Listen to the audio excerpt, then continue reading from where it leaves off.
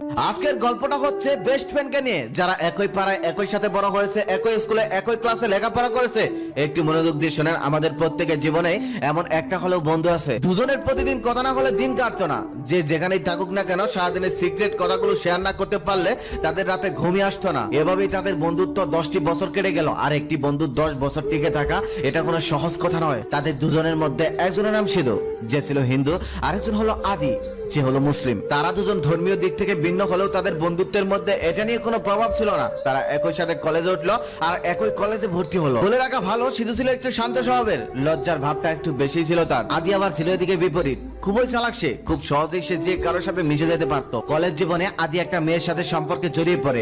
আদি মেয়েটাকে অনেক ভালোবাসতো, তবে মেয়েটা আদিকে ভালোবাসতো না, আদির সাথে শুধু টাইম পাস করতো। সিধু একটু বোকা টাইপের হলেও মেয়েটা যে ভালো না এটা সে খুব ভালোভাবেই জানতো, কিন্তু আদি তাকে অনেক ভালোবাসতো বলে এই ব্যাপারে সে কখনোই কিছু বলতো না। একদিন বিকেল বেলা সিধু দেখতে পেল সেই মেয়েটি একটি পার্কে অন্য একটি ছেলের সাথে হাত ধরে বসে আছে। এমন ভাবে বসে আছে দেখেই মনে হচ্ছে ওখানে স্বামী স্ত্রী বসে আছে। তারপর সিধু দৌড়ে চলে গেল আদির বাসায়, আর সেখানে যাওয়ার পর সমস্ত ঘটনা খুলে বলল। সমস্ত ঘটনা শুনে আদি রেগে গিয়ে সিধুকে মারলো এক থাপ্পড়। থাপ্পড়টা খাওয়ার পরেও সিধু কোনো প্রতিবাদ করলো না, আস্তে করে আদির বাসা থেকে চলে আসলো আর নিজের বাসায় এসে ডায়েরিতে লিখে রাখলো সেই থাপ্পড়ের কথা, একটি ব্যাড মেমোরিজ হিসেবে। তারপর প্রায় অনেকদিন কেটে গেল, তবে তাদের মধ্যে আর কোনো যোগাযোগ হলো না। আদি মেয়েটাকে এতটাই বিশ্বাস করতো যে কিনা 10 বছরের পুরনো বন্ধুটার কথাও বিশ্বাস করলো না এবং উল্টো তাকে থাপ্পড় মারলো। কিন্তু একদিন বিকেলে আদি নিজেই দেখতে পেল সেই মেয়েটি অন্য একটি ছেলের সাথে খুব ক্লোজ ভাবে ঘুরে বেড়াচ্ছে। এটা দেখার পর তার কান্না চলে আসলো। এক পর্যায়ে কেঁদেও ফেললো, কিন্তু তার কান্নার কারণ ওই মেয়েটি ছিল না, তার কান্নার কারণ ছিল তার বন্ধুকে এই মেয়েটির জন্য সে থাপ্পড় মেরেছে। তারপর আদি দৌড়ে চলে গেল সিধুর বাড়ির সামনে। সেখানে গিয়ে দেখলো একটি স্কুল মাঠে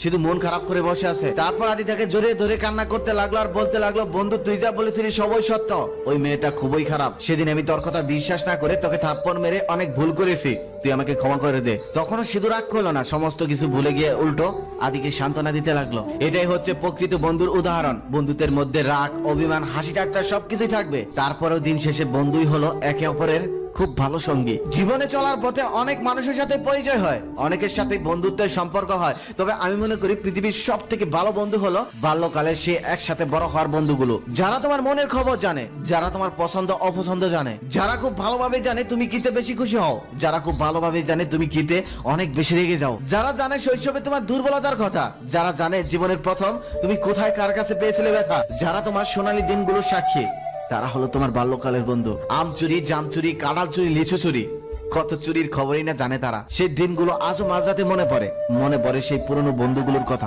যাদের সাথে সময়ের কোনো পরিকল্পনা ছিল না।